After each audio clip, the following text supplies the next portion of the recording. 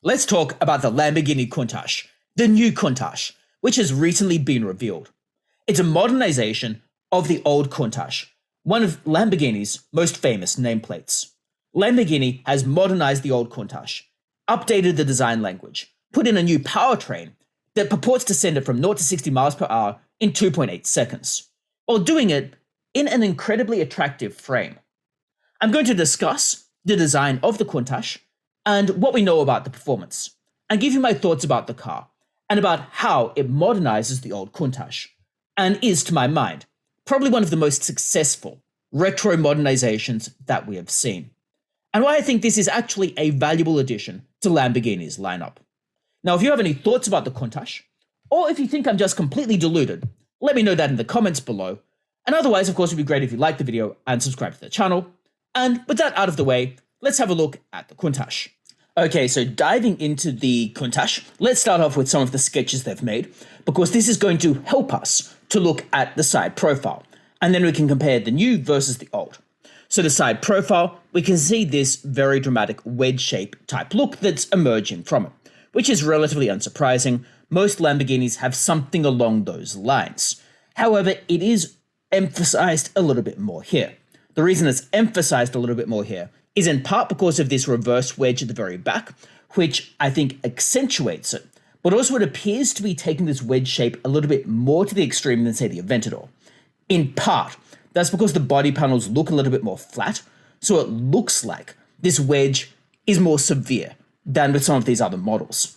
In terms of the other sketches, we can also see at the front what would resemble the old headlights, and I'll get to that in a second. We can see furthermore, in the front hood here, we can see further indents that are very reminiscent of the original. And we can see lighting housings that are geometric and very similar to the original Countach. So that's what we're seeing with the sketches.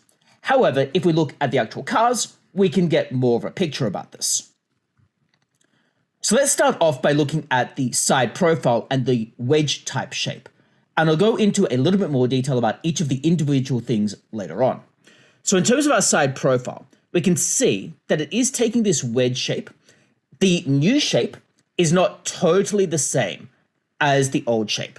So the old shape was, again, a little bit more geometrical, if we're honest. It's more curved in the new shape. So it's a little bit more geometrical, firstly. Secondly, is a little bit more flat. And then thirdly, the angles are a little bit different. The new one is more of a homage in that respect than a straight-out copy. I think that's probably good, because the more of an homage shape has two main things that are beneficial. One, the Countach was infamously not necessarily the most aerodynamic car, so the improvements are going to be welcome. Secondly, it's going to look a little bit more modern than if they were to just copy what they did in the past. So I think the new shape is definitely a little bit nicer, in my opinion. The rear tail, however, does appear to be a little bit higher in the new one. Further, if we're focusing on the side profile for the moment, we can see some other features carried through. Some of these vents on the side are difficult to see in the old car, so I'm going to have to come back to these in a second. However, we are seeing side air vents, albeit much bigger in the new one, which would be consistent with the Aventador and the Huracan, and pretty much any of the newer Lamborghinis. Another thing that is also striking in the side profile is, well, the windows are significantly better. We don't have this weird thing with the windows, but also the wheels are significantly larger in our new car as well. So that's what we're seeing in terms of the side profile. I think it's actually quite attractive as the side profile. I actually significantly prefer the new car, to be honest. Although it could just be that the Countach, the original one, was a little bit before my time. If we focus on the front now, the thing that I want to emphasize here, well, two things really. I want to emphasize A, the headlights, and then B, the structure of the front hood. Emphasizing firstly the headlights, we can see that they have similar, albeit not identical shapes. In both cases, they're trapezoids. However, for the new one, they are slanted a little bit more, which is consistent with more modern cars, looking a little bit more aggressive. Also more consistent with Lamborghini's current design language. However, they are tied together by their general choice of shape. The fact that they're going with a trapezoid in general creates a linkage, although the trapezoids are different in terms of size. The new one, of course, does not have pop-up headlights. That's probably in reality to the relief of everyone. I think it looks better without the pop-up headlights, but we are losing some nostalgia here. So that's what we're seeing in terms of the headlights. The next thing I want to emphasize is the hood shape. So in terms of the hood shape, we're seeing similar design language, although I think done in a slightly cleaner way in the new car. In particular, again, we have a trapezoid again. In particular, we're having these two slanted outlines, much like in the original. However, they are slightly neatened up. With the original, we're kind of seeing multiple creases. We've got like a hood opening, and then another crease right here to the side. Whereas in our newer one that's cleaned up, it looks a little bit neater, and again, a little bit more modern and maybe a little bit more professionally done. The final thing I want to emphasize right here is our front bumper type area right here, which will also have air vents. Now it is similar shape, again, quite narrow, quite flat in appearance. Again, harks back to the original, but is significantly neater in the new one. It remains to be seen exactly how they're going to fit on and deal with number plates. I would suspect right below. However, it looks neater. I think it works better from a flow perspective. Furthermore, our actual intakes or vents right down here look again a little bit neater. They look like there's more textural cohesion in terms of how they're put together, in that everything flows together slightly better. And again, this portion down here, the shapes chosen, are more connected to Lamborghini's current design language with its great emphasis on geometrical shapes. So that's what we're seeing in terms of the front. I think very well done. Definitely an homage, but definitely a modernization. And in many ways, to my mind, an improvement. Now, if we focus on the new headlights for the new car for the moment, what we can immediately see is just focusing in on these. We can see, like I said, trapezoidal shapes here. It appears we've got the running lights right down here, and then normal lights right at the top. Nothing particularly unusual per se as far as headlights go. It is, however, a departure from many of Lamborghini's recent headlights, so completely different from, say, the Huracan headlights or the Aventador headlights. I personally prefer these headlights to the Huracan and Aventador headlights, but that's maybe just personal preference. I think these look a little bit neater, a little bit more simplistic, and I think they flow better. I think they keep Lamborghini's aggressive design language without going over the top. I actually think they are a better option than many of Lamborghini's other headlight assemblies at the moment. So that's what we're seeing with the headlights and the front of the car. Again, I think very attractive overall. If we're looking at the side, well, the side doors, they're going to be scissor doors, I would assume. However, what I wanted to focus on here are the side intakes. And it appears there's quite a lot of similarity here. It appears there's an homage to the original, which I think is a nice touch. I don't know that I'm kind of take it or leave it on these. I don't hate them. I think they're interesting. I don't know how much one gains from them, but I'm perfectly okay with these. We have seemingly a significantly bigger air intake for the engine than in the original as well. So again, some design language that is an homage to the original without being a straight-up copy. I think it's one of the better done retro reinvigorations that has arisen. Now, if we look at the engine bay really is not that similar to the original. The engine bay is more similar to some of the Aventadors we've seen, perhaps more similar to the Aventador Ultimate that we've seen.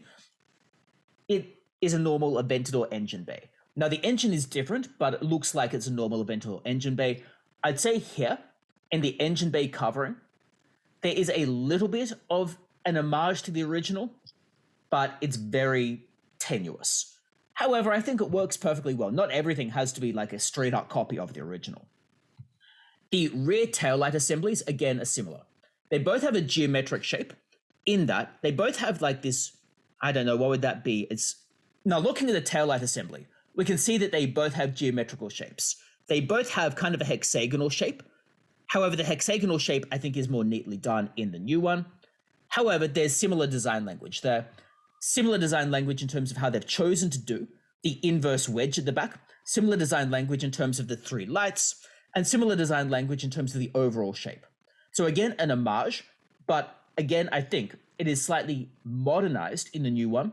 And I think it makes it attractive for a new audience. So again, I think the rear taillight assembly has been very well done. Now, if we move on to the interior is really where we have basically none of, or very little of, the original car. Now, we have a red version of the interior that they've been showing around. Now, most of the interior here, for example, infotainment, for example, steering wheel, for example, gauge cluster, those are all pretty much straight up from Lamborghini's modern lineup. I mean, obviously it makes sense to have modern infotainment systems. Not everything has to be an homage. I don't see terribly much of the original Countach here. Maybe the only real resonance that I'm seeing is in the seats. And some of you can let me know in the comments below if you think I'm just imagining things here. But I think in terms of the cushioning on the seats, that does look a little bit similar to some of Lamborghini's older models, but that's pretty much where the parallels are stopping. I mean, that makes a lot of sense, because A, safety and related protocols have changed a lot over time, but also B, what people would demand from a car in its level is also going to change significantly over time. So it makes sense that it's not a straight out copy and it is different. Now, in terms of the performance numbers that we're seeing so far, it is, again, early days. What we're seeing, however, is a 6.5 litre V12 naturally aspirated engine. We've got a single electric engine, which has 34 horsepower, with the rest of the horsepower in this 800 horsepower lot being made up for in a V12 engine. The V12 engine is very reminiscent of those in the Aventador and also the Cheyenne FKP. Furthermore, the overall setup is similar to the Cheyenne FKP, which is also using Lamborghini supercapacitor technology, which is going to produce slightly less performance than the Cheyenne FKP, but still quite similar. The overall output is going to be around 803 horsepower, with around 557 pound-feet of torque. There is a 7-speed double-clutch gearbox, and there are carbon ceramic brakes, which is relatively unsurprising for a car of this nature. It's unsurprisingly going to be all-wheel drive, so that it can get all of that power to the ground. And then it will do the 0 to 60 mile per hour sprint in around 2.8 seconds, hitting a maximum speed of 221 miles per hour. It is, of course, a slightly large car and significantly larger than the original. So it's 44.8 inches high, and it is 82.6 inches wide, and 191.7 inches long. It's reported to be around 1,500 kilograms or 1,600 kilograms dry weight, i.e. 3,500 pounds. So overall, we're seeing some performance numbers that are impressive, although I would say I am a little bit underwhelmed by the performance numbers. The reason I'm a little bit underwhelmed by the performance numbers is essentially because the Huracan STO is only marginally slower at 2.9 seconds in this sprint. We're seeing Huracans doing it in this speed as well. The Aventador already is as fast. So performance numbers are not everything. I think it is an incredible piece of design. However, the performance maybe could have been improved if they're going to try to do a car of this level of specialness. Maybe they could have upped it just a little bit in terms of the electric motors. Admittedly, this would have added weight, but upped it just a little bit in order to just push it a little bit over the edge, to get it a little bit further ahead of the existing Aventadors and the existing Huracans, to my mind.